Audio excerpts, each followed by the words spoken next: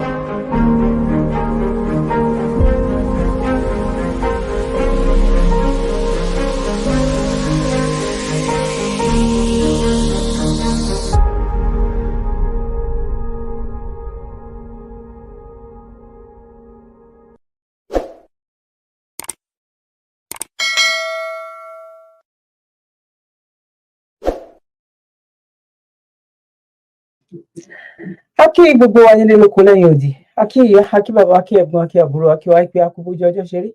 Èmi ọmọ yín àbúrò yín olólùfẹ́ yín Dr. Zabby Talk Show ayé ọpẹ́ yọ̀ṣẹ́ ọlọ́dọ̀ títí yín náà ní agbára lọ́wọ́ Ọlọ́run ayé ọpẹ́ ayọ̀ fún wa ní agbára lọ́wọ́ Ọlọ́run. Èwo la mú wá fún wa ní ọjọ́ títí òní láì má gbà wá ní àkókò. Pẹ̀lú bí nǹkan ṣe ń lọ lọ́wọ́lọ́wọ́, mo rò wípé à ń láti máa jẹ́ kí àwọn èèyàn wa láti dáni ní ẹ̀kọ́,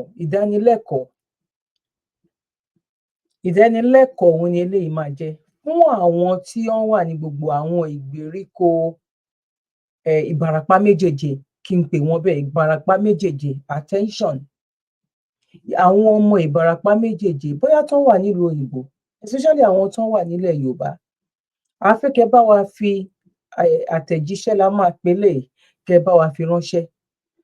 Ìyẹn ló máa fà á gan tó máa jẹ́ pé mi tẹ̀ ní gbé nǹkan kan wọlé nínú nǹkan tá a fẹ́ sọ, bí òun ṣe pé a máa go straight to the point, nǹkan tí a fẹ́ ṣe ìdánilẹ́kọ̀ọ́ lé lórí. A dẹ̀ máa tún wá fi ṣe àfiwé àwọn nǹkan tó jọrú ipò tán wà lọ́wọ́lọ́wọ́ báyìí. Gẹ́gẹ́ bẹ́ẹ̀ ṣe mọ̀ wípé tó bá ti di ọ̀rọ̀ báyìí, ìrànlọ́wọ́ a máa wá ìrànlọ́wọ́ lọ́tùn lósì, níwájú lẹ́yìn, lọ́mọ kékeré ní àgbàlagbà. Bọ̀ àwa fẹ́ fún wọn ní ìdánilẹ́kọ̀ọ́ lórí wípé ọ̀pọ̀lọpọ̀ àwọn ẹni yìí, àwọn ló sọ wípé ọmọ wa ló kàn, ẹ jẹ́ kí Yorùbá ṣe. Péréṣe nínú wọn, ìwọ̀nba kékeré nínú wọn, àwọn ló gbàgbọ́ lórí ọ̀rọ̀ ìrìn àjò yìí.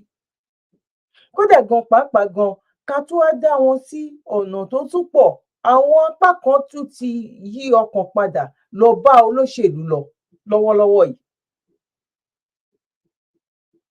Now àwọn tó kù bóyá ló pé 1% or 2% ló kù. Bọ́dà mi àti sísá mi, ìyá mi àti bàbá mi. Báwo lẹ ṣe wá fẹ́ ṣe? Torí gẹ́gẹ́ bá a ṣe ń gbọ́ wípé wọ́n tún ti wá gba gbogbo inú igbó tẹ́ ẹ ti ń dáko, gbogbo àwọn tó wà nínú oko wọ́n ti sá bọ́ síta lọ. Now, ẹ jẹ́ ká wá gbé àpèjúwe wa. Àwọn nǹkan tí a lè gbà yín ní ìmọ̀ràn tó bá ti wá dé ojú àwọn ibì kan, a máa wá gbé ìrànlọ́wọ́ dìde. Bọ́ wọ́n ní ọmọ kéèyàn ṣípá, ọmọ tó bá ṣípá òun ni ìyá ẹ̀, òun ló máa support. Ẹ jẹ́ ká kọ́kọ́ lọ wo ti àwọn ti òkèèrè. Tẹ́yìn ò bá tẹ̀ wá ní opportunity láti lè ṣe irú nǹkan yẹn nínú irú ìsìn nǹkan tá a fẹ́ sọ yìí is not wípé ọ̀rọ̀ Yorùbá nation, but ọmọ Yorùbá. Nígbà tí Chief Sunday Igboho tó ń dìde, wọ́n sọ wípé Yorùbá nation o lákọ̀ọ́kọ́ o, ó ní ó ń pa ìran mi, ó ń fìyà jẹ ìran mi, ó ń lọ ń ká wọn mọ́ nínú oko. Ẹ jẹ́ ká sáré lọ wo fídíò yìí. Committee will suspend. Ukraine, not in the face of an intensifying strategic competition in the Indo-Pacific and around the world. If the witness will suspend. And yet, not one senator is calling for a ceasefire. Shame on you all. The world is calling for a ceasefire. The American people don't want to support this brutal war. Stop the war. Stop the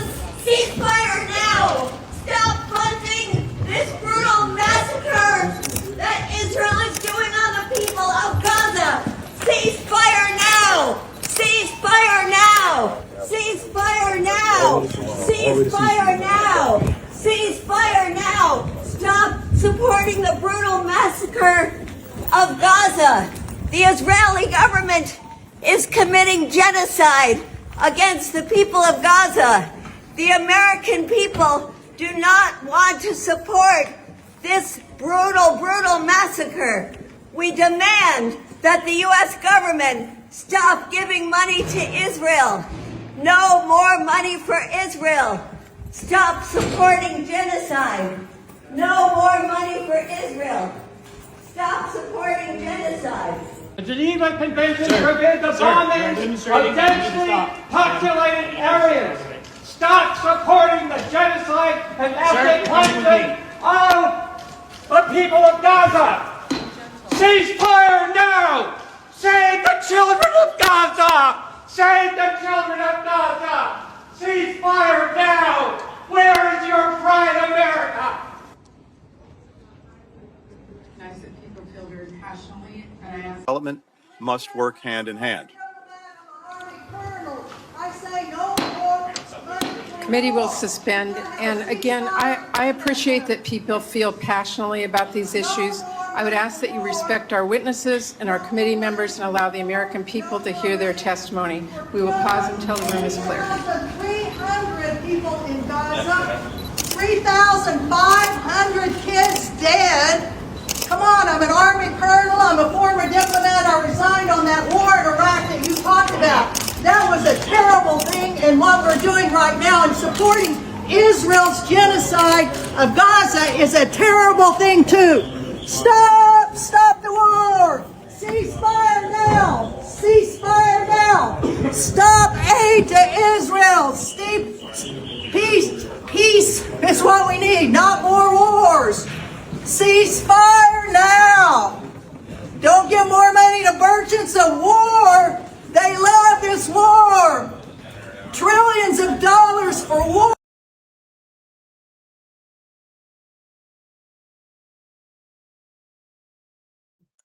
Mo kí gbogbo wa lẹ́ẹ̀kan sí pa àkóbójú ọjọ́ ṣeré ẹ má bínú sí mi ìyá mi ẹ̀yin bàbá mi ẹ̀gbọ́n àti àbúrò máa continue láti play ẹ̀tàn fún wa bọ́ ẹ̀ kan lè máa wo wípé ẹlòmíì máa wò pé kí ló ṣẹlẹ̀ tó bá jẹ́ pé mẹ́sẹ̀gì tá fẹ́ fi ránṣẹ́ sí àwọn èèyàn wa tí wọ́n wà ní bóyá gbogbo under Ìbàràpá méjèèjì tí wàhálà yẹn tó ń ṣẹlẹ̀ lọ́wọ́lọ́wọ́ báyìí conference ló ń ṣe ní ibi báyìí tó dẹ̀ jẹ́ wípé ó jọmọ́ ti ìjọba tó ń dẹ̀ mọ̀ wípé ìjọba Amẹ́ríkà ń support àwọn Israel láti lè máa kógun jà àwọn Palestine now àwọn tó ń sọ̀rọ̀ yẹn ń ṣe ara Palestine ìyẹn ló jẹ́ wípé àwọn òyìnbó àwọn ò sí torí pé àwọn náà ti wà nínú ìṣòro táwa wà nípa ọ̀rọ̀ ẹlẹ́sìn tí Ọlọ́run tó kó wọn yọ tó fi jẹ́ pé everybody ní freedom of religion tó bá ń wù ẹ́ kó máa ṣe ń sìn àwọn náà ti wọ inú ìkankan ń bá kódà tó jẹ́ wípé Christian jọ ni gbogbo wọn tán tún bára wọn jà ìwọ tàpólò ìwọ ti kinní kan ìyẹn náà ṣẹlẹ̀ ní àárín wọn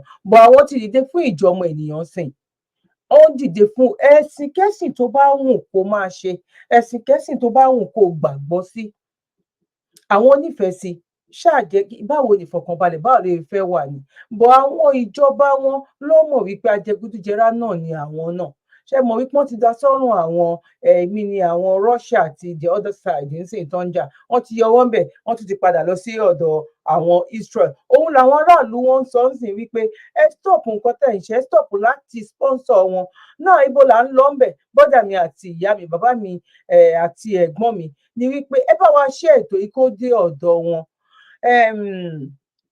Dàpọ̀ no sorry no it's not Dàpọ̀ Dàpọ̀ náà ní ṣe nínú eléyìí ní ọ̀rọ̀ Ogun State fún àwọn tó ń ṣe rálì àwọn ẹlẹ́ja ẹja wọn ẹ kóra yín jọ ẹ lọ sí tẹ́ bá sọ wípé ìrànlọ́wọ́ láti ọwọ́ ọmọ Yorùbá àwọn organisation yìí ti wá dìde ẹ wá pè kan lára àwọn tó jẹ́ pé sọ̀rọ̀sọ̀rọ̀ èèyàn méjì èèyàn mẹ́ta báwo la fẹ́ gbé kinní yìí báwo la ṣe fẹ́ ṣe é torí àmọ́ pẹ́ lómi gan àti jẹun àárọ̀ gan wọ́n ti jẹ́ kó di ìnira fún báwo la ṣe fẹ́ débẹ̀ ni láti lọ fi èrò inú yín wọ̀n wípé àwa la dìbò fún yín ẹ̀yin ni àwa kọ́ torí àwa nígbàgbọ́ nínú wọn a mọ̀ wípé irú nǹkan báyìí máa ṣẹlẹ̀, a mọ̀ wípé wọ́n ti jẹ́ tán, a mọ̀ wípé ẹ ti wọ one chance, òun làwa ṣe ń lọgun. Fídíò míì wà níbí báyìí sì tí mo máa gbé wá tẹ máa fi rí nǹkan tí bàbá Fẹ́mi Fálànà tó tún mú jáde tó sọ, but ọ̀hún jẹ́ kí most wa kí àwọn nǹkan yẹn kó wọ̀ wá létí. Ọ̀hún tiẹ̀ jẹ́ kí ẹ ní dátà tẹ máa fi gbọ́ nǹkan tó ń ṣẹlẹ̀ gan pàápàá gan. Tẹ bá pariwo náà kí náà fẹ́ ṣe bọ́, tẹ bá mójú ajé kò ní sọ. Àwọn eléyìí tó ń lé bọ́ta nínú conference tó ń ṣe yìí, ó wọ mọ́tò lọ síbẹ̀ ni, ọ̀hún dúró ní ibẹ̀. Ìgbà tó wá ti jẹ́ wípé ó ń pa yín lọ́sàn-án lóru, wọ́n tún ti wá ń gba inú igbó ń sìn. Mo advice ti tèmi ni wípé ó máa bẹ́tà kẹ́ kóra yín jọ. Báwo lẹ ṣe fẹ́ dé ọ̀dọ̀ ọ̀gbẹ́ni gọ́vnà Seyi Makinde tẹ́ ẹ dìbò fún ní Ọ̀yọ́ state? Báwo lẹ ṣe fẹ́ lọ bẹ̀? Bọ́dà mi àti sísá mi tẹ́ ẹ̀ ń gbọ́ mi, ẹ bá mi fi comment sílẹ̀ bóyá ibi tó yé mi sí ni mo ṣe sọ. Ṣó make sense tàbí kò make sense? Báwo lẹ ṣe fẹ́ débẹ̀? Báwo lẹ ṣe fẹ́ lọ lo 3 days níwájú ọ́fíìsì ẹ̀? Ẹ kúkú ti mọ̀ pé bọ́n ṣe máa ń ṣe pé wọ́n máa ní òun ò sí nílé, bọ́ ó wà nílé kò sí nílé. Báwo ni Ìbàràpá méjèèje? Báwo lẹ ṣe fẹ́ dìde? Báwo lẹ ṣe fẹ́ lọ sọ ẹ̀dùn ọkàn yín ní iwájú ọ̀dọ̀ Ṣèyí Mákindé? Báwo lẹ ṣe fẹ́ lọ pariwo ń bẹ̀ wípé a tún ti sìn ẹ́ débẹ̀ báyìí ń sìn? Because láti ìgbà tó ti ní nǹkan yẹn ti ń ṣẹlẹ̀, there's no any statement to give, there's no any report tó jáde láti ọ̀dọ̀ ẹ̀. Ó ṣe bí ẹni wípé kò gbọ́ anything ni. Ó ti dá yín dá bùkátà yìí. Ẹni tí mo rí yẹn kò tọ́ yín bí òun ni o. Ẹ jẹ́ kọ́mọ Yorùbá ṣe, Yorùbá ló kàn. Ẹ jẹ́ kọ́mọ a ní ẹ̀dìbò tí láwọn máa wọlé. Tó bá jẹ́ pé ẹ̀kan dìbò rárá káwọn èèyàn má dìbò, àní kó jẹ́ tẹ́ bóyá 2% gan-an rí ipò dìbò, máa mọ̀ wípé yes lóòótọ́ lódodo àwọn ẹni yìí wọ́n ti ń lajú bọ̀. Ìgbà tó jẹ́ pé àwọn church àti mọ́ṣáláṣí, àwọn olórí ìjọ tán ti lọ gbówó fún, àwọn ọba tán ti gbówó fún, ọmọ bó ṣe máa ń mú àwọn èèyàn náà. Ó mọ̀ wípé àwa ò lè dá ṣe, a lè dá rìn, a lè dá mí without ẹ̀sìn. Ẹ̀sìn náà ti fi kó wa ní omi ọbẹ̀ yẹn, ó ti fi kó wa lómi ọbẹ̀ gan ni. Ibẹ̀ ló máa gbé because ọ̀dọ̀ olórí ìjọ ló máa gbà wọlé sádùúgbò kọ̀ọ̀kan. Tó bá jẹ́ pásítọ̀, tó bá jẹ́ ìmáàmù ni, òkè iná ìgboyè bá ẹ ṣe wàásù fáwọn kìíní, tàbí kán gbé mọ́tò sí wọn nídìí, tàbí kán kówó sínú àkáǹtì wọn. So many things ló máa ṣe. At the end of the day, ta ló ń jẹ̀yẹ ẹ̀? Ta ni àbọ̀ abá ẹ̀? Ta ló ń padà lé lórí? Bàbá mi, ìyá mi, ẹ̀gbọ́n mi àti àbúrò mi. Náà mo ní kí n sáré break ibẹ̀ yẹn ni wípé kẹ́ ẹ lè mọ̀ ikọ́ ẹ̀kan wọn máa wí pé àwọn eléyìí pé kí ló ń sọ̀rọ̀ lé lórí? Àwọn eléyìí dìde ni, àwa náà fẹ́ jí yín dìde. A fẹ́ ta yín jí wípé kẹ́ ẹ dìde, ẹgbẹ́ ọgbà ọ̀dọ̀ Ṣèyí Mákindé lọ. Tó bá wá fi ọlọ́pàá 100 síbẹ̀ yẹn wípé òkè kan tiẹ̀ ìgbà yín kó pọ̀ jù. Ẹ dìde Ìbàràpá méjèèje, kẹ́ wá ṣẹ̀ṣẹ̀ wá pé ọmọ Yorùbá wípé a ti ṣe sọ o, a ti fẹ́ dìde. A ti fẹ́ dìde láti lọ sọ wípé kí ìjọba kó gbà wá. Eléyìí tún kúrò lórí ọ̀rọ̀ social media. Àwa tá wà lórí social media, a máa sọ èyí tá bá máa sọ ni. Èmi á sọ, gbogbo àwọn ẹlẹgbẹ́ mi á sọ, world media náà a máa sọ, a máa jù síta bá ṣe lè jù síta, torí pé kí ni ọmọ Yorùbá jọ ní gbogbo wa. Nǹkan tí àwa tá à ń jà fún nìyẹn, nǹkan tá a dúró lé lórí nìyẹn. Ṣé rí àwọn òyìnbó tá à ń sọ yìí ń sìn? Irú iṣẹ́ táwa náà ń ṣe náà nìyẹn. Ìjà fún ọmọ ènìyàn, ìjàngbara fún ọmọ ènìyàn. Kò ń ṣe pé bóyá ẹlẹ́sìn mẹ̀sìn, ẹlẹ́yàmẹ̀yà, no. Ọmọ Ògùn state lèmi, èmi ò ń ṣọmọ Ìbàràpá méjèèje ń sìn. Bọ̀ èmi dúró fún ìjọ ọmọ ènìyàn. Bí àwọn tí ẹ̀ ń wò ń bíbà táwọn náà dìde fún àwọn ará Palestine tí ò kì í ṣe tó ọmọ wọn rí. Muslim ló pọ̀ jù ní Palestine. Bọ̀ òyìnbó ń dìde wípé náà nǹkan tẹ̀ ń ṣe yìí ò dáa, ẹ yé sponsor àwọn Israel mọ́. Now, come on, let's do a little peace work. I know that several Palestinians aren't animals! Stop! Committee will suspend, and I again ask that those in the audience respect the people in the room and allow us to continue the hearing. The hearing will suspend until the disruption is removed. Ceasefire now! Ceasefire now! Ceasefire now! Ceasefire now! Demilitarize the border! both stressed the need for Israel to operate by the rule. Why are we handcuffing and arresting them? These Committee will suspend. Let them be at the table. Why aren't they at the table? Ceasefire now! I beg you! Ceasefire now! From Palestine to Mexico, all the world are gonna go. From Palestine to Committee will suspend.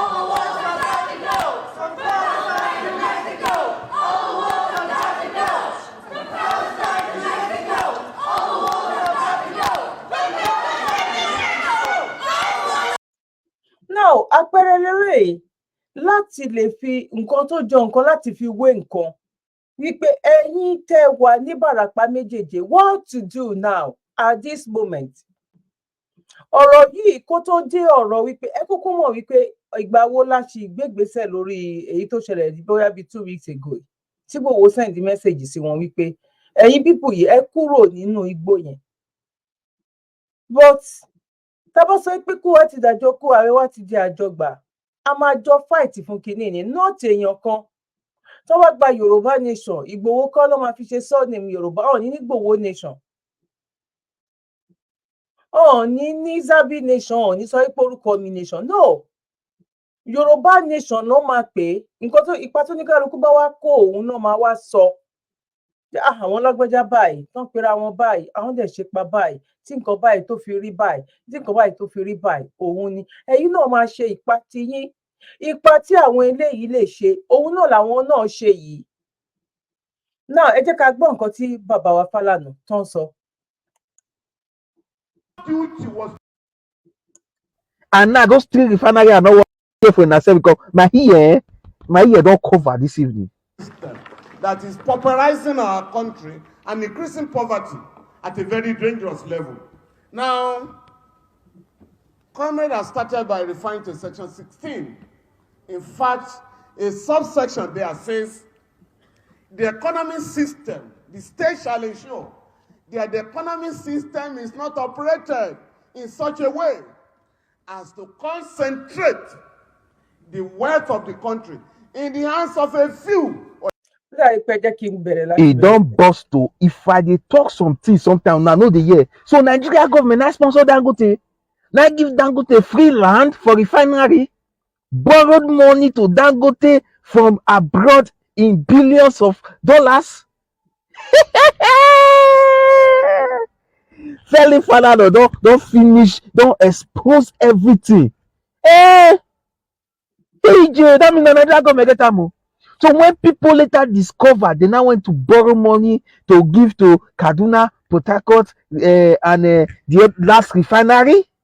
And now those 3 refineries are not working, but Dangote is working. Oh, Nigeria government, I hate thee. Telling you, my ear don't cover this evening. That is pauperizing our country and increasing poverty at a very dangerous level. Now, Comrade has started by referring to section 16.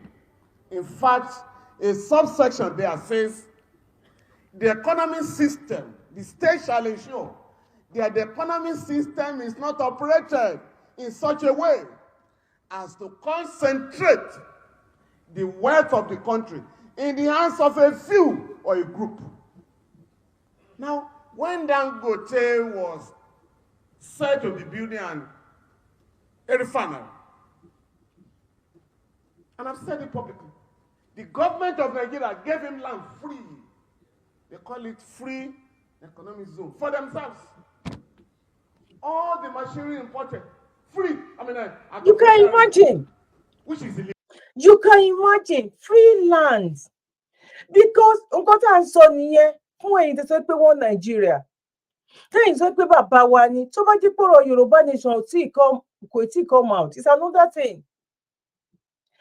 Nísìnyí, oh my God. Kò sígbà tí ò ní continue. Torí àwọn ń ṣe síbi tó ti fẹ́ jẹ ni. Àwa ìran Yorùbá, àwa ló jẹ́ pé ojú àánú làwa máa ń ṣe káàkiri. Tá bá lọ wo history nsìn, nǹkan tí búbù tí kí ló ń porúkọ ẹ̀ Buhari tó ṣe bó ṣe pín ẹ máa rí wípé ó pín ní 70-30 ni 30 tó kù yẹn ó ní kí Yorùbá àti Ìgbò kan lọ ṣí ẹ̀ mọ́ra wọn lọ́wọ́ ni bó ṣe yan àwọn ministers tó yàn síbẹ̀ nìyẹn bó ẹ lọ wo nǹkan tí bàbá Tinubu tó bá yàn ẹ máa rí wípé tó bá fi ti Yorùbá ṣe 60 bóyá ó máa fi ti á pín 40 tó kù mọ́ bọ́ àwọn tí bí ò ní ṣe bẹ́ẹ̀ that Mr. bá padà dé is going to be the same thing. We are still going to be the same thing, the same pot of a cup of tea láì máa padà sí. The same thing náà ni cup tó fi mu tea, the same cup tó bá fi mu tea. Wàá rí táwọn kan bá mu tí wọ́n máa ń láìkí cup ẹyọ kan. Ìṣọ́ tó bá ń kọ́mọ̀ sáwọn òyìnbó. Àwọn ọ̀tí ẹ̀ wá tó bá wà lọ́fíìsì pẹ̀lú wọn. Àwọn kan wà tó jẹ́ pé cup of tea wọn ó máa dà mọ́ ni. Because wọn ò ní fọ wọn kàn máa ṣànù ni wọ́n dẹ̀ máa dojú ẹ̀ délẹ̀ ńbẹ̀ wọ́n máa lò the same cup of tea yẹn òun náà máa lò that means to say the same cup of tea tó ń lò òun náà ló máa padà lò tí ìjọba yẹn tó bá padà sí wọn lọ́wọ́ gbogbo nǹkan tó bá fà Dangote tó bá fà yìí tó bá yanjú díẹ̀ nínú ẹ̀ tó mọ Haúsá ọmọ Fúlàní bá débẹ̀ ó tún máa padà di the same thing ọ̀hún ti gbà tá a bá pín. Ohun tí ìgbà tá a bá pín ìgbà tó tún máa wá fún ní free ilẹ̀ ó tún wá jẹ́ ní Lagos State ó tún jẹ́ ní Ogun State ẹ̀yin pípò yìí Ìbàràpá méjèèje Ìbàràpá mẹ́fẹ̀ẹ̀fà Ìbàràpá 21 this is the time fún yín this is the time tó jẹ́ wípé àwọn náà káwọn náà tiẹ̀ fẹ́ òye it's not pé gbogbo ìgbà la fẹ́ máa pe Ìgbòho and there's no gbogbo ìgbà la fẹ́ máa ṣe pà ẹ̀yin ọmọ Yorùbá o ẹ gbà wá o àtúntìdé o wọ́n ti ń pa wá o sọ wípé àfẹ́ nǹkan tó ń ṣe yín àwa náà mọ̀ nínú ara àánú ṣe wá tó ti yé yín sìn bọ̀ bó nígbà bá ṣe gbé gbà òun náà máa ṣe gbé ọmọ tó bá ṣípá sókè òun dẹ̀ náà mọ̀ wípé ó ń fún wọn ní sáìn wípé ẹgbẹ́ mi ni mẹ́sẹ̀jì táwa ń pà sí yín sìn òun ni wípé ẹ ṣe kí ni ẹ bá wa ẹ̀yin fún ara yín ẹ jáde ẹ jẹ́ kí gómìnà tí ẹ gbé síbẹ̀ tí wọ́n ṣe nǹkan fún yín wọ́n ṣe nǹkan kan fún yín ẹ tí ẹ lọ ná ẹ dìde ẹ lọ ná.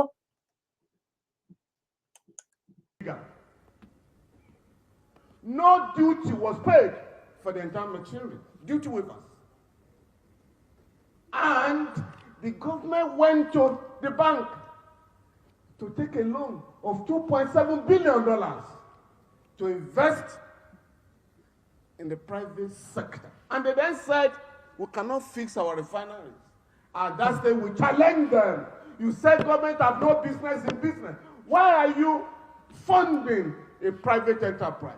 It was at that stage that they allocated $1.5 billion to fix Port Harcourt refinery, $1.4 billion to fix Kaduna and Warri refinery. Current President of Nigerian Labour Congress, please I beg you, second assignment, you must get the relevant unions to monitor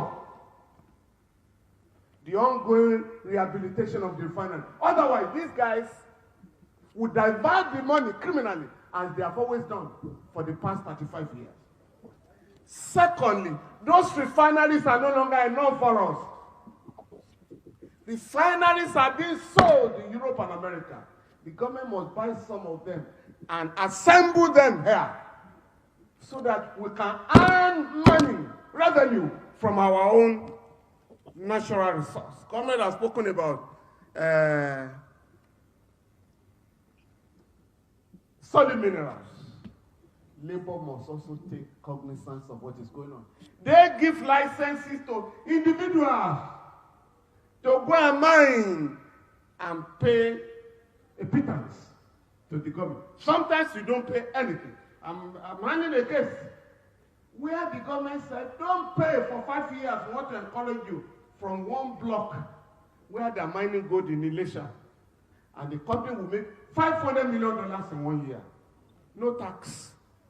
But the poor are asked to tighten their belt even when they are dying. Now, the second point, we may be gathered here discussing democracy. Democracy is under threat in Africa. Very serious. I'm sure you know what happened yesterday. You know what happened last month. And it's going to continue. Oh, no apology about it. I can predict with mathematical exactitude the next country very close to us that will experience a coup very soon. Now, bí mo sọ gẹ́gẹ́ bí mo sọ wípé mi ò ní fẹ́ gbà wá ní àkókò. Èyí tó yẹ ká mójútó òun ni ọ̀rọ̀ ibo la ti ń bọ̀, ibo náà bá yín dé lọ́wọ́lọ́wọ́, torí wípé a sọ kó tó ṣe kinní kan àgbà ìjàkadì ni. Bọ̀ àwọn tó jẹ́ olórí wa nínú ẹ̀sìn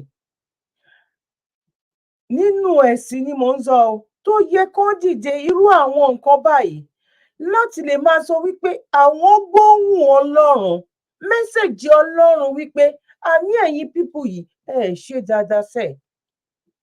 Tí ẹ̀mí bá jábọ́ lọ́jọ́ títí òní, Ọlọ́run mi tó rán mi níṣẹ́, òun ni máa jíṣẹ́ padà wá fún. Ẹ̀yin ìjọba yìí alẹ́ ṣe dáadáa. Tàbí ó ti ń pa wọ́n ní Ìbàràpá, ó ti ń pa wọ́n níbì kan, a máa gbọ́ lẹ́nu àwọn pásítọ̀, ju wípé ká gbọ́ wípé dádì wọn ń bá wọn sọ̀rọ̀. Dádì èèyàn ni tàbí dádì Ọlọ́run? Because tó bá jẹ́ wípé Ọlọ́run ni, tí ẹ̀yin alàgbà yìí tẹ̀dẹ̀ wà ilẹ̀ Yorùbá, ilẹ̀ Kóòtù Òjíire, ó yẹ ká ti rí mẹ́sẹ̀jì láti ọ̀dọ̀ Ọlọ́run fún solution. Kí ni solution gbogbo wàhálà yìí? Kí ni warning? Kí ni Ọlọ́run? Kí ni message? Tàbí ṣé ìyà yìí ò tí ì jẹ àwọn èèyàn tó? Ṣé kò sí message kankan fún àwọn olórí wa gẹ́gẹ́ bí bàbá Fẹ́mi Fálànà bó ṣe ń sọ yìí? Tàbí àwọn olórí àwọn ìjọ yẹn ò gbọ́ ni? Ṣé làwọn ò fún wọn ní message yẹn láti lè face àwọn ìjọba by giving message out wípé Ọlọ́run sọ fún mi wípé tí ẹ bá ṣe báyìí within 7 days ìyẹn tó bá jẹ́ pé Ọlọ́run ló sọ bẹ́ẹ̀ o, because ó yẹ ká kó ẹjọ́ yìí lọ sí ọ̀dọ̀ Ọlọ́run. Tá bá sọ wípé etí Ọlọ́run ti wá kún, ariwo tá à ń pa ní Nàìjíríà sí ti Ọlọ́run wípé ó ti wá kún, ó yẹ kí àwọn alàgbà kan bá wa kó ẹjọ́ yìí lọ sí ọ̀dọ̀ Ọlọ́run.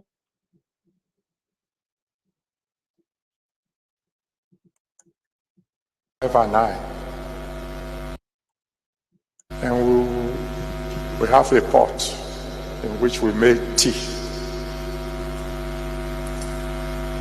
I think, if I remember correctly, there are 5 cups in that pot. My wife and I, usually is the one who will finish his first 2 cups, who will get the final one. So I took 1 cup, she took 1. I took 1, she took 1. And I picked the pot to take the 3rd one. And the pot was empty. I looked at her. I couldn't remember when she took the 3rd one. What happened to my tea? And I heard the voice of the Lord. You don't have to believe me, all right? Loud and clear. I said, son, when you prayed, you invited me to join you.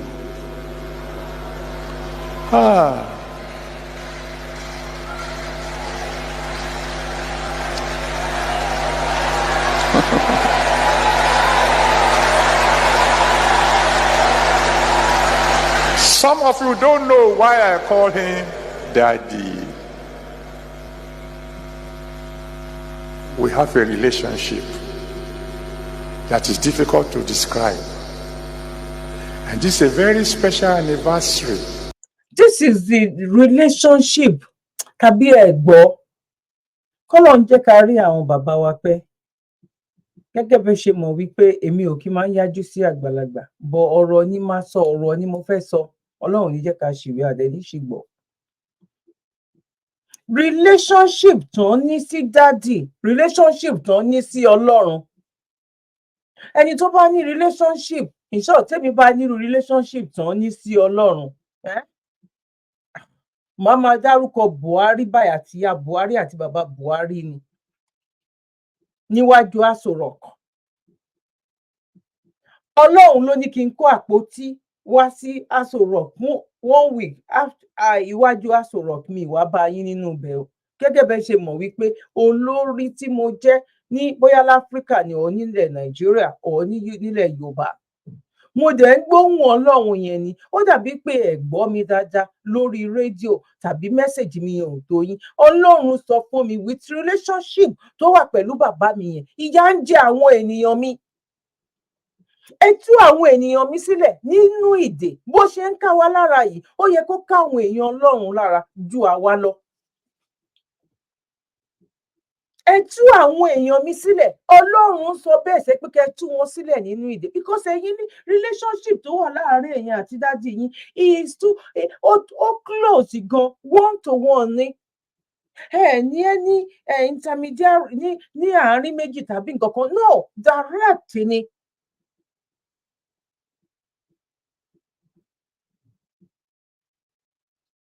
Ìyà yìí pọ̀. Àrùn ọ̀rọ̀ jẹjẹ, ọ̀rí nǹkan kan ṣe nǹkan kan. Ọlọ́run là ń bẹ̀, Ọlọ́run ni ẹ̀ ń bẹ̀ torí fídíò yẹn mi ò gbé wá. Elédùmarè dáríjì wá, a ti mọ̀ wípé a ti ṣẹ̀, àṣẹ Elédùmarè. Àṣẹ Elédùmarè, àwọn ìjọba wa la ṣẹ̀, àwọn ìjọba wa gangan ló yẹ ká bẹ̀. Àwọn ìjọba wa ló yẹ kẹ́ bá wa bẹ̀ sà, máa. Ẹ̀yin pásítọ̀, ẹ̀yin reference, ẹ̀yin mọ́mí G.O, bàbá G.O, everything tó bá wù kẹ́ jẹ́. Àṣẹ Ọlọ́run, ẹ̀yin gangan láṣẹ àti àwọn because ẹ̀yin àtàwọn tó jọ ń darí wa, ẹ̀yin the same thing jọ ni yín. Because tí ẹ bá ń ṣe the same tó yẹ ká rí difference. No, ẹ jẹ́ kí a kúrò ńbẹ̀, ẹ jẹ́ ká lọ gbọ́ nǹkan tí pásítọ̀ mi sọ. People in Nigeria. In fact, the other witches, I don't even know whether they have room. Those ones are not your problems. The witches and wizards, they tell you travel at night or come in form of bat or owl. Those ones are not your problem. In Luke chapter 9, the Bible says Jesus gave them authority and power over all the devils. That means the okapatapata of all the devils and all his what? Followers. The witches and wizards in Nigeria, they are small devils. God has given you authority and power over the big one. How much? That one. And in Mark chapter 16, say nothing shall hurt you. You shall not be hurt. The witches and wizards I'm talking about, they are in the presidency, in the National Assembly, in the Senate, in government houses. They are civil servants. They are politicians. They are Hausas, Igbos, Yorubas. They are Catholics, Pentecostals, Protestants, Christians, Muslims. Those are the witches and wizards that kill more people in Nigeria. Ṣẹgbọ́, irú pásítọ̀ báyìí tó bá jẹ́ wípé àwọn bí bàbá wa Adébóyè, àwọn pásítọ̀ Túndé Bákàrè, àwọn Ọ̀yá Kìlómẹ̀, and so on and so forth. Ló dìde ló jẹ́ wípé nǹkan tó jẹ́ wípé ó ń gbé láti sọ leléyìí, but 99.9 nínú wọn ò lè sọ, àwọn lọ́jọ́ mọ́bí tó jọ dì sí. Ẹ má bá wa bẹ̀ Elédùmarè mọ́, àwọn ìjọba ní kẹ́ bá wa bẹ̀. Ẹ bá wa share ètò yìí, please and please and please. Mo forúkọ Ọlọ́run bẹ̀ yín, ẹ bá wa share sáwọn group yín, ẹ bá wa share síbi tẹ́ bá lè. Ẹ jẹ́ kó dé ọ̀dọ̀ àwọn kan tó lè dé. Àwọn nǹkan yìí máa ń rìn, àdèmọ́mọ́ tó máa ṣe òun lọ̀rọ̀ irú nǹkan báyìí. Ẹ mọ̀ báwọn Yorùbá mọ́ ẹ máa ń bímọ àtàwọn Ìgbò, gbogbo Áfíríkà máa bímọ, ọkùnrin ẹyọ kan máa bímọ 30 something, ó máa bímọ 29, 33. Àwọn ọmọ tó máa ṣe, àwọn ọmọ tó máa ṣe kinní kan. At the end of the day, wọ́n máa fọmọ lọ máa há káàkiri. Ẹ gbọ́ nǹkan tó sọ. In fact, the other witches, I don't even know whether they have killed anybody. But these particular witches or wizards I'm talking about, they are responsible for thousands of deaths. If you are giving money to do road, and you don't do the road, and somebody has accident because of bad road and die, what do you think you are? You are a witch. You have taken blood. You are giving money to equip hospitals. You refuse to build a hospital or even equip. And the medication or medical attention that would have saved somebody is not, and the person dies. What do you think you are? It's a witch. We have them all over the place. That in Nigeria, pensioners should be queuing to take their pension of 50,000. And they wait and wait until some will die because somebody doesn't want to push their file, or somebody has swallowed the money meant for their pension. And you tell me you are a human being? No, you are a witch. Witch is sweet. You are a winch. And a huge one, a winch. Those are the ones you should be afraid of. Forget about these ones that some men of God tell you that. Those are not the ones. The witches and wizards that have key destinies in Nigeria, they are presidents, governors, senators, members of House of Rep, civil servants, and contractors. Those are the ones that have key.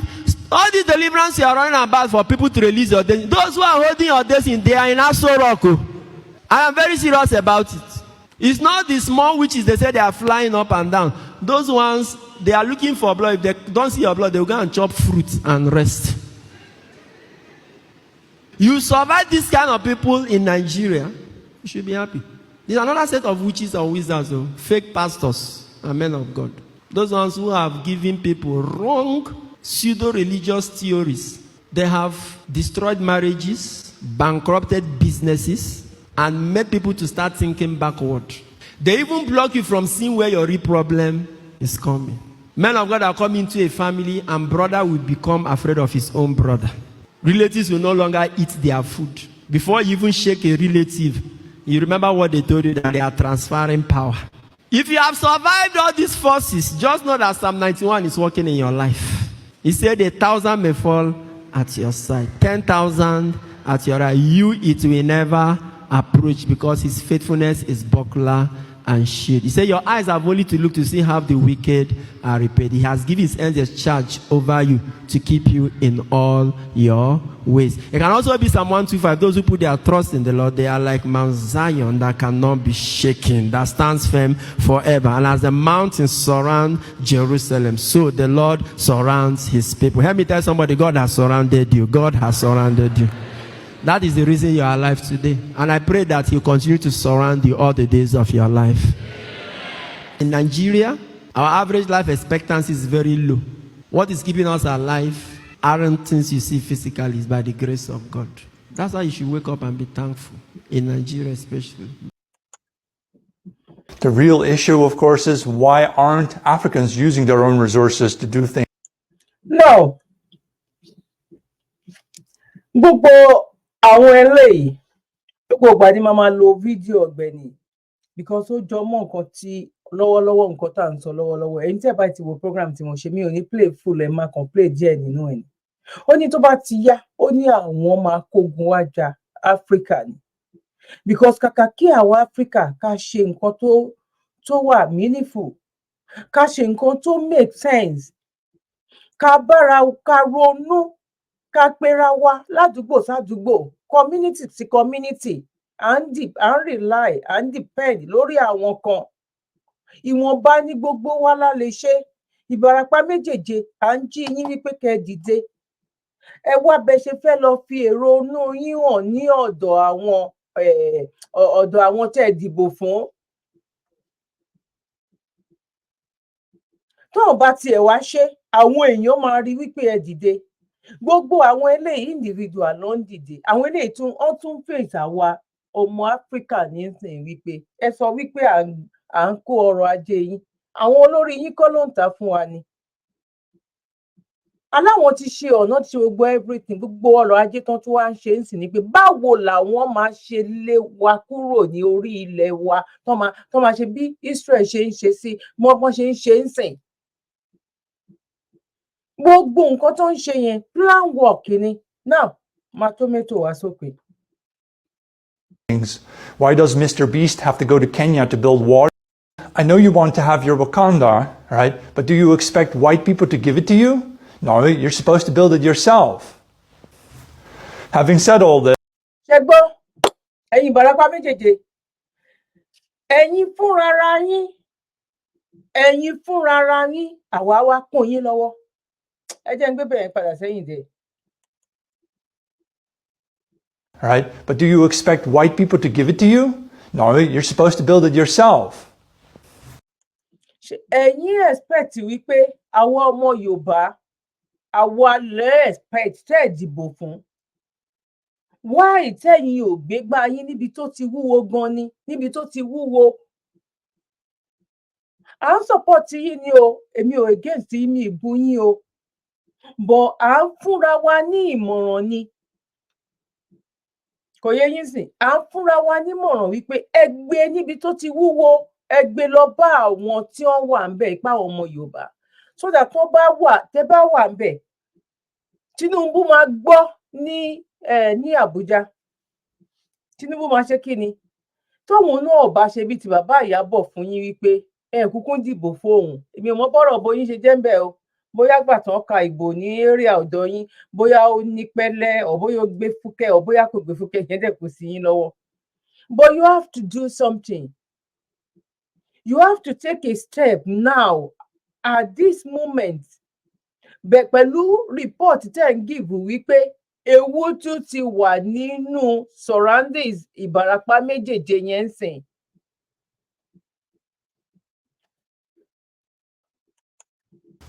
Having said all this, it is of course obvious that we Europeans in the north need to prepare for a possible, potential African rise in terms of technology and therefore also in terms of military capacity. And that means we in Europe need to already start looking ahead and thinking ahead about how we are going to win the war against Africa, because there will be a future war between Europe and Africa. Àwọn Fúlàní mo kàn ń lo eléyìí indirect. Àwọn Fúlàní, àwọn think ahead. By the time tí wọ́n bá kógun wájà Ìbàràpá méjèèjì ẹ máa relax. Ó yẹ kẹ́ prepare fún kí ló tún lè wà torí àwọn people yẹn tẹ̀lé yẹn àwọn náà lọ jókòó láti tẹ̀lé plan ní pé ọ̀nà wo náà máa gbà. Ó ní ó sọ wípé àwọn tó ń ṣọ́ ibẹ̀ wọ́n fún wọn 100,000 tán fi ń jẹ́ kí àwọn Fúlàní kan tó wá máa wọlé wá máa tẹ̀dó síbẹ̀ ń sìn wípé wọ́n ti ẹ̀ pa lára wọn. Ìgbà tẹ́ ti ń gbọ́ information yẹn why tẹ́ gbégbèsè láti lọ pààrọ̀ gbogbo àwọn security tẹ́ fi sí àwọn gbogbo àwọn ọ̀nà ibi tán lè gbà wọ ìlú yẹn. Mi ò ní fẹ́ jẹ́ kí fídíò yìí gùn ẹ jẹ́ kí n play last one yìí ná. Ẹ máa sọ sókè. Ẹ súnkó ẹ jẹ́ kágbẹ̀ nàgbà ni a. Ẹ jẹ́ kí àwọn bá ní a súnkó. Ẹ má yìnbọn kankan mọ́ o. Ẹ má yìnbọn mọ́ o. Ẹ má yìnbọn mọ́ o. Ẹ má yìnbọn o. Ẹ má yìnbọn mọ́ o. Ẹ̀yin wá ń dà wá rú olórí burúkú. Nínú wa ẹ jẹ́ ìyá gbé. Ẹ wo àwọn nǹkan náà ẹ wò wọ́n. Wọ́n á jẹ́ wọn lẹ́bi because àwọn ń ṣiṣẹ́ fáwọn èèyàn ni. Wọ́n dẹ̀ ti brainwash wọn wípé òkè àwọn ẹni yìí interview yẹn mi ò play mi ò ẹ wo àwọn tán rán sínú igbó ẹ wò wọ́n bígbà tó jẹ́ pé wọ́n ti ẹ̀rọ ń jẹjẹ. Wọ́n tán bá ti gbébọn sọ́wọ́ wọ́n ti di ọ̀gá náà ẹ wò wọ́n ẹ wo àwọn náà ẹ wo bọ́n ṣe rí ẹ wo bọ́n ṣe rí. Nǹkan kan tó wá ṣe tó wá dùn mí bíbá ẹ máa rí. Ṣé ẹ rí ọmọbìnrin yẹn lọ́jọ́ mú wọn o wọ́n wá ní kó fọmọbìnrin yẹn sílẹ̀. Ẹ̀yin Ìbàràpá méjèèje ọmọbìnrin yẹn máa rí àwọn tán gbé fùfú or whatever ìtúwó or bóyá kí làwọn mọ́làm kí lọ́ máa ń tà àwọn tó jọ ń ṣiṣẹ́ ni. Àwọn pípù yìí ò ràn wá táwọn bá fẹ́ pa ìran wa ó máa ṣe bìsímìláì láti pa ni. Àwa máa wá rí kan àwa máa wá sọ pé ẹ fi kan sílẹ̀ gbogbo àwọn tẹ́ mú wá yìí gan ó yẹ kéde fún ọmọ Yorùbá because at the end of the day ó máa gbà wọ́n lọ́wọ́ yín ni ó dẹ̀ yìí máa fi wọ́n sílẹ̀. Gbogbo àwọn ọlọ́pàá tó wà mẹ́ gbogbo wọn lọ́jọ́ ń ṣiṣẹ́ tó bá láwọn fẹ́ fún kan ní 5,000 5 million ẹsẹ̀kẹsẹ̀ ló máa ṣe báwo ló yẹn fẹ́ pín ó máa fi àwọn pípù yìí sílẹ̀ at the end of the day.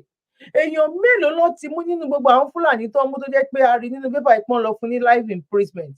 Ẹjọ́ tẹ́ bá ti rí mbẹ̀ yẹn bá mi type sí comment section. Èèyàn mélòó gbogbo ilé ó yẹ kó ti fún wọn ní nǹkan tó yẹ kó fún wọn ní nǹkan tó yẹ kó fún wọn tó bá gbà wọ́n lọ́wọ́ yín sìn at the end of the day alọ́lárí àníràbọ̀ ẹ tún wá ní kán fi obìnrin kankan fi sílẹ̀ You just have to learn and you have to wake up. That's it.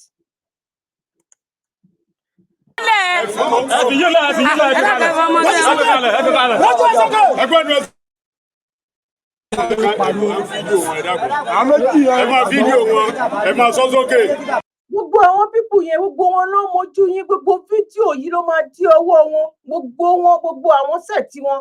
Ṣé àwọn méjì yìí nìkan ló wá ṣiṣẹ́ yẹn? No, àwọn méjì yìí nìkan kan ló wá ṣe iṣẹ́ yẹn náà. Ó ní àwọn èèyàn, gbogbo fídíò yìí ti dí ọwọ́ wọn. Ọmọ àdúgbò ibi tẹ́ ti ṣiṣẹ́ yìí, ọmọ gbogbo èyí tẹ́ wà ń bẹ̀. Why tẹ́ fi ṣe òkú òru? Kẹ́kọ̀ọ́ dé fáwọn ọmọ Yorùbá ní feel back. Why tẹ́ fi ṣe òkú òru? Why tẹ́ fi ṣe òkú òru? Why tẹ́ fi ṣe òkú òru? Because méjì lẹ mú nínú wọn, or mẹ́rin lẹ pa nínú wọn. By the time tí wọ́n bá wọn wá sí, wọ́n máa wá ní 100 ló máa fi wá.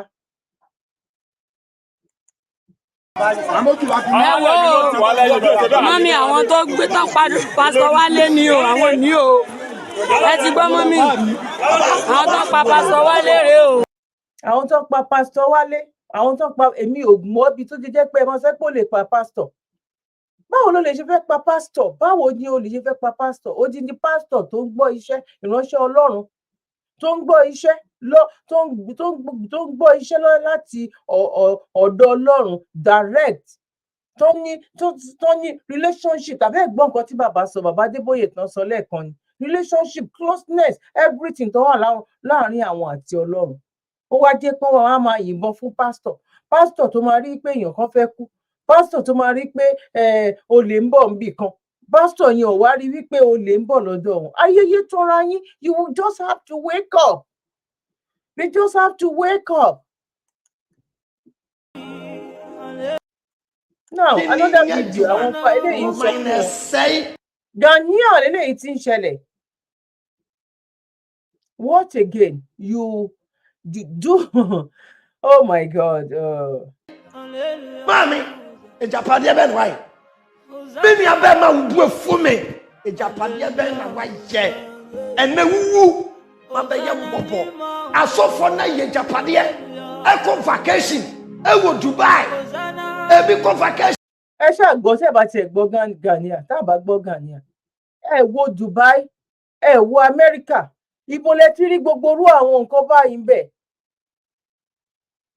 Ibo la ti rí gbogbo orú àwọn nǹkan báyìí níbẹ̀? Ibo la ti rí gbogbo, ṣé Dubai, ṣé prayer náà fi kọ́ Dubai? Dubai lo brain ẹ̀ ni. Wọ́n lo smart brain ìtọ́lọ́run fún wọn ni. Ọ̀hún sọ fún wa pé Quran tàbí Bible làwọn fi gbé ọrọ̀ ajé dúró. Wọ́n fi èjì kún ẹ̀ táwọn pé òkè kí ni àwọn lè ṣe, báwo làwọn ṣe lè ṣe ni. Ẹ̀yin Ìbàràpá méjèèjì ẹ jókòó kalẹ̀, ẹ sọ ọpọlọ kalẹ̀, báwo lẹ ṣe lè ṣe? Báwo lẹ ṣe lè ṣẹ́gun àwọn Fúlàní? Tẹ́yìn bá wá bẹ̀rẹ̀, báwo làwọn èèyàn ṣe wá fẹ́ support yín? Ìsáyìn pé bóyá èèyàn máa jáde, a ní ìdí ata o, a ní ìdí ẹ̀pà o, ẹ̀pà la ní ìdí o, ẹ̀pà la ní ìdí o. Àwọn ìjọba tẹ́ gbé síbẹ̀, tẹ́ bá lọ bèrè lọ́wọ́ wọn, tí wọ́n bá wá respond, táwa náà bá rí yín wípé ẹ lọ́gbọ́n ẹ jáde lọ́gbọ́n, àwa náà á mú ìgbésẹ̀ tá a máa wá gbé dẹ̀. Ẹ wọ United States, ebi kọ Hawaii, ẹ kọ Chile. Tó fún wúrà ní fíà. Parking Range Rovers, 2019 Rolls Royce, Matogi. Bicycle type, ó ti wọ́n sọ pẹ̀pẹ̀ yẹn. Kí náà nyẹ́ jùmọ̀, bọ́ọ̀dì ní brẹ̀, ebi bí máa ń yẹ nsúnyẹ́ nyansa, yẹ bẹ́ kó suwé jìmí sáà náà mẹ́ka mẹ́ka. Yẹ bẹ́ kó suwé jìmí, na yẹ bẹ́ brẹ̀, ẹ brẹ̀ parliamentarians, ẹ bọ́ yẹ àbúrò no, na asọ́fọ́ sọ bọ́ àbúrò. Wọ́n ní náà.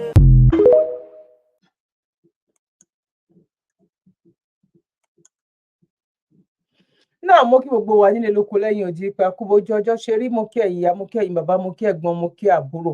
Ètò àtúnlọ́jọ́ ti òní aṣọ torí àwọn èèyàn wa tó wà ní Ìbàràpá méjèèjì ní àpapọ̀ àti ibi tó ń lọ ní 2 weeks ago àtàwọn tó ń ṣẹlẹ̀ sí lọ́wọ́lọ́wọ́ yìí. Ibì kan náà tún náà kidnap wọn ní Jẹta níbẹ̀ ní ṣáìdì Ìsẹ́yìn bí nǹkan kan, gbogbo àdúgbò ibẹ̀ yẹn pátápátá. Kí lẹ lè ṣe gangan kó tó di wípé àwa gan wa sọ pé a fẹ́ support yín? Ìjọba tó wà ń bẹ̀ ń sìn, kí lẹ ti béèrè? Ǹjẹ́ tí ẹ fún ní challenges wípé kí ni reason ó gbọ́ gbogbo nǹkan yìí?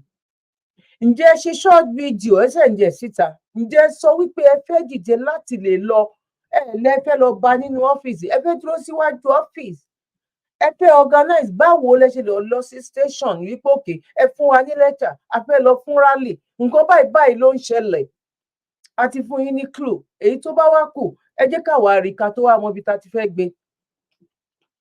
Torí gbogbo àwọn tí ẹ rò pé bóyá èèyàn lọ́hùn èèyàn kinní kan èèyàn lọ́hùn kankan ò sí níbì kankan, everybody ọ̀nà àtijọ́ ẹ̀ ló ń wá, èèyàn lọ́hùn ti tán ẹ gbàgbé bóyá ìṣẹ̀lẹ̀, èèyàn lọ́hùn ti tán. Èyí tó fi ń bá wa bẹ Ọlọ́run yẹn àwọn ìjọba ní kẹ́ bá wa bẹ̀, Ọlọ́run gan fọwọ́ lẹ́rọ̀ ni, and I'm pretty sure pé tọ́lọ́run ò bá fọwọ́ lẹ́rọ̀ láti máa wo nǹkan tó ń ṣẹlẹ̀ ní Nàìjíríà àti èyí tó ń ṣẹlẹ̀ ní Israel àti Palestine, ẹ̀mí tó ń jábọ́ nílùú Nàìjíríà ní àárín ọdún kan ó fẹ́ tó èyí tó jẹ́ pé ó ti ṣẹlẹ̀ ní within kẹgbà wọ́n máa jọ jẹ́ almost the same thing. Nǹkan òkú tó ń kú ní ojoojúmọ́ fún accident, fún ebi, fún ikú òjijì wípé kò rí ìtọ́jú ní oríṣiríṣi àti àwọn tó ń gé lápá tó ń gé ní ẹsẹ̀. Ìyá mi àti bàbá mi àní nípìn aburú àní báwọn nípìn aburú lágbára Ọlọ́run á jẹ́ bá wa dáwọ́ ibi dúró lórílẹ̀‐èdè ilẹ̀ Yorùbá ilẹ̀ kóòtù òjìrè. Àdúrà wa gba ojú òní tiwa. Èmi ọmọ yín àbúrò yín olólùfẹ́ yín Dr. Zabby Talk Show àyè ọpẹ́ yọ ṣé ìyọ́dọ̀ títí náà ní agbára lọ́wọ́ Ọlọ́run àyè ọpẹ́ á máa yọ fún wa ni torí pé mi ò fẹ́ jẹ́ kó lọ straight ní ìṣègbè polówó kankan wa kẹ́lẹ̀ mọ́ bó ṣe ká mi lára sí. Now God bless you. Ẹ bá wa share ètò yìí, ẹ bá wa like ẹ tó bá jẹ́ nígbà àkọ́kọ́ ẹ bá wa subscribe sórí platform wa ẹ ṣé gan ni. Ó dìgbà kan náà. God bless you. One love. You're welcome. Kindly subscribe to YouTube channel and follow on Facebook page at Dr. Zabby's Talk Show.